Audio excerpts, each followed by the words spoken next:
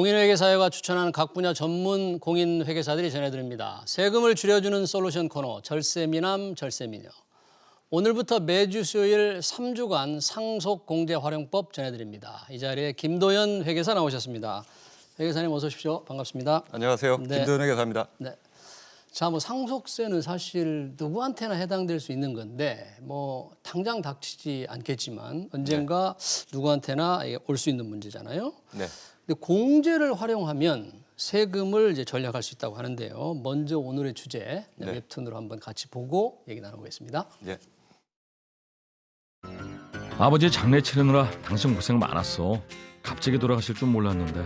당신이 빨리 힘을 내야죠. 그나저나 아직 마무리할 게 뭐가 남았죠? 아버지가 남기신 아파트 상속세가 남았지 아마? 상속세 폭탄 맞는 경우도 있다던데. 우린 아파트 한 채인데 설마요. 요 몇 년 아파트 가격이 많이 올라서 10억 가까이 될 것 같아. 예금도 조금 있었던 것 같고. 당신 결혼 전부터 지금까지 아버님 모시고 살았잖아요. 그에 대한 세금 혜택은 뭐 없을까요? 그게 계속 같이 살았어야지 세금 혜택이 있는 것 같더라고. 그래요? 그럼 우린 2년간 지방 파견 근무 갔다 왔으니까 안 되겠네요. 네, 웹툰을 보니까 이제 오늘 얘기할 상속세 얘기가 많이 나왔는데요. 네.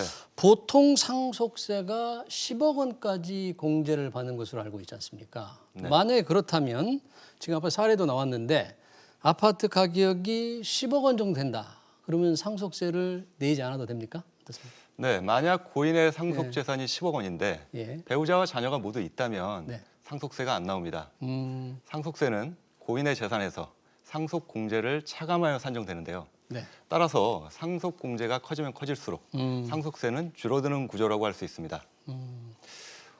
일반적으로 알려진 상속 공제 10억 원은 네. 자녀가 있을 때 적용받을 수 있는 일괄 공제 5억 원과 배우자 공제의 최소 금액인 5억 원을 합산한 금액인데요. 따라서 사례에서 배우자와 자녀가 모두 있다면 이러한 10억 원의 공제를 모두 활용할 수가 있지만 만약 자녀만 있는 경우에는 일괄 공제 5억 원만 적용받을 수 있기 때문에 아파트 가격이 10억이 안 된다고 하더라도 상속세가 나올 수 있습니다. 아, 그러면 만약에 아버님이 돌아가시고 어머님이 살아계신지 여부에 따라서 상속세가 꽤 많은 차이가 난다는 얘기네요. 맞습니다. 돌아가신 아버님의 상속 재산이 대출이 없는 시가 10억 원짜리 아파트 한 채라고 가정을 해보겠습니다. 네.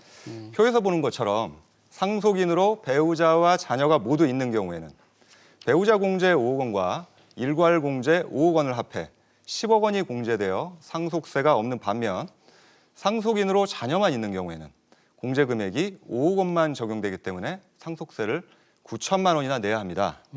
여기서 9천만 원에 대한 계산 과정을 좀 더 자세히 말씀드리면 상속세 세율은 표와 같이 구간에 따라 누진세율이 적용되는데요.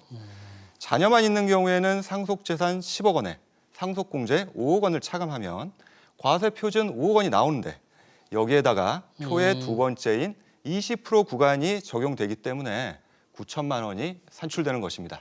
아, 그렇군요.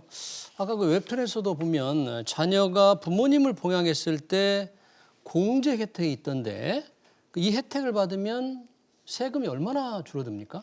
네, 부모님을 모시고 살던 자녀가 주택을 상속받는 경우 동거한 주택가액에 대해서 최대 6억 원까지 추가 공제를 해주고 있습니다.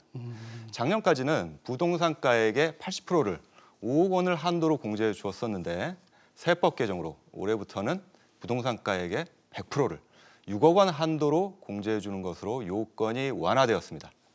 그러면 이 기본적인 상속세 공제에 6억 원 공제를 추가로 받는다 그런 건가요?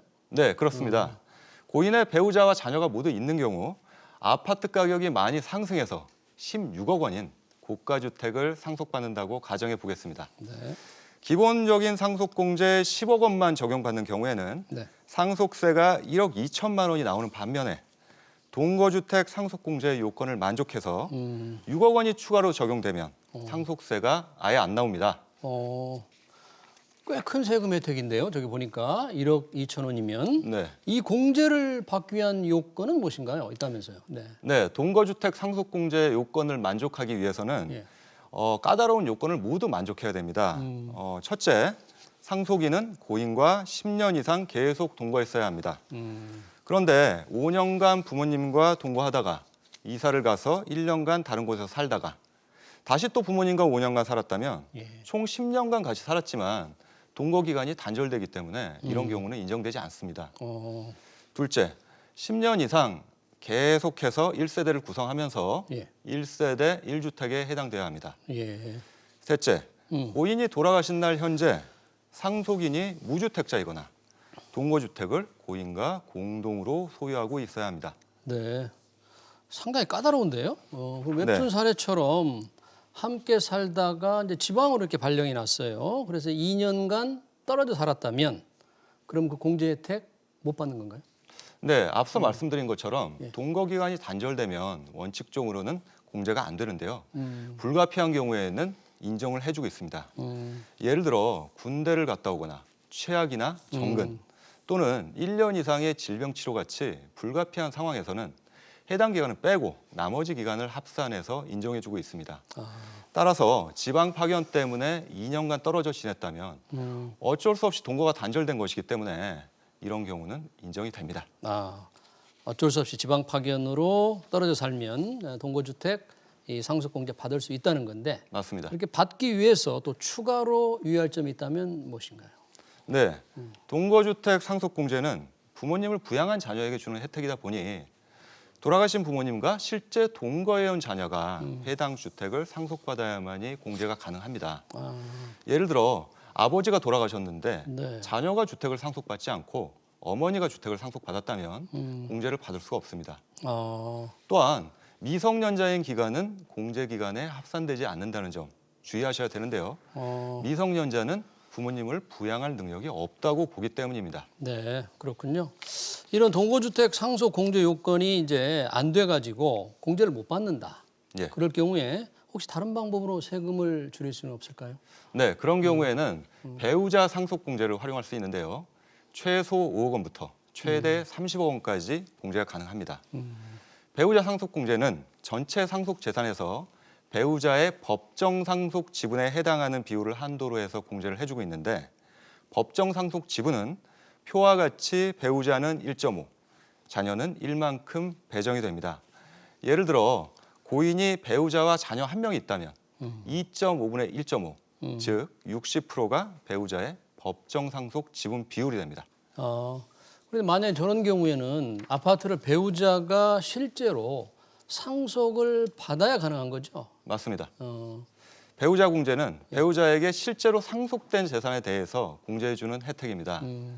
앞선 사례에서 16억 원짜리 아파트를 자녀가 상속받았을 때 만약 동거주택 상속 공제 요건을 만족하지 못한다면 상속세 1억 2천만 원을 내야 하지만 해당 아파트를 차라리 배우자 명의로 상속받게 되면 배우자 공제를 추가로 더 받을 수 있기 때문에 1억 이상 세금을 절세할 수 있게 됩니다. 다만 배우자에게 간 재산은 나중에 배우자가 고인이 되었을 때 다시 자녀들에게 상속되면서 상속이 될 수 있기 때문에 이 부분까지 유의하신 다음에 얼마를 상속받을지 결정하셔야 되겠습니다. 지금 저희가 이제 아파트 상속받는 걸 사례로 들었는데 이게 부동산이 아니고 만약에 현금성 자산이 있을 수도 있는데 이런 때는 받을 수 있는 공제를 받을 수 있는 게 어떤 게 있나요? 네, 사례에서는 아버님이 예금도 일부 보유하신 것으로 나오는데요. 세법에서는 상속재산 중 금융재산이 있는 경우에는 최대 2억 원까지 공제를 해주고 있습니다. 표와 같이 수은금융재산이 2천만 원 이하이면 전체 금액을 공제해주고 2천만 원을 초과하면 수은금융재산의 20%와 2천만 원 중 큰 금액을 공제해주고 있는데요. 여기서 수은금융재산이라는 것은 예금, 주식 등의 금융재산에서 대출금 등의 금융채무를 뺀 금액입니다. 다만 최대로 공제받을 수 있는 한도는 2억 원이기 때문에 실질적으로 수은금융재산이 10억 원을 넘더라도 2억 원까지만 공제된다고 보시면 됩니다. 네, 지금 사례의 경우에는 이제 배우자라든지 자녀에게 이제 바로 상속되는 경우인데 만약에 배우자와 자녀를 뛰어넘어서 손자가 상속받을 수 있잖아요. 그런 경우에는 이런 공제 혜택에 어떤 영향이 있을 것 같아요. 어떻게 되나요? 네, 만약 배우자와 자녀가 모두 있는데도 손자가 전체 재산을 상속받게 되면 앞서 말씀드린 상속공제들을 하나도 적용받지 못하므로 주의하셔야 됩니다. 왜냐하면 상속공제의 종합 판도가 존재하는데요. 이와 같은 종합 판도를 계산할 때 선순위 상속인인 자녀와 배우자가 상속 포기를 하여 2순위 상속인인 손자가 상속받은 재산은 차감을 하기 때문입니다. 한번 예를 들어보겠습니다. 네. 고인의 배우자와 자녀가 모두 있고 상속 재산이 16억 원인 아파트 한 채인 경우 자녀가 기본공제 10억 원에다가 동거주택 상속공제까지 받으면 상속세가 아예 안 나오는데 예. 만약 배우자와 자녀가 상속 포기를 해서 2순위 상속인인 손자가 이 아파트를 상속받는다면 상속공제 종합 한도가 0이 돼버리기 때문에 상속세를 4억 8천만 원이나 부담하셔야 됩니다. 네. 상속세 이 공제에 따라서 세금 부담이 큰 차이가 나는데 맞습니다. 마지막으로 오늘 말씀하신 걸 좀 종합적으로 좀 정리 좀 해주시죠. 네. 네. 첫째, 상속공제는 고인의 자녀와 배우자가 모두 있는 경우 최소 10억 원이 공제되지만 누구에게나 10억 원이 적용되는 것은 아닙니다.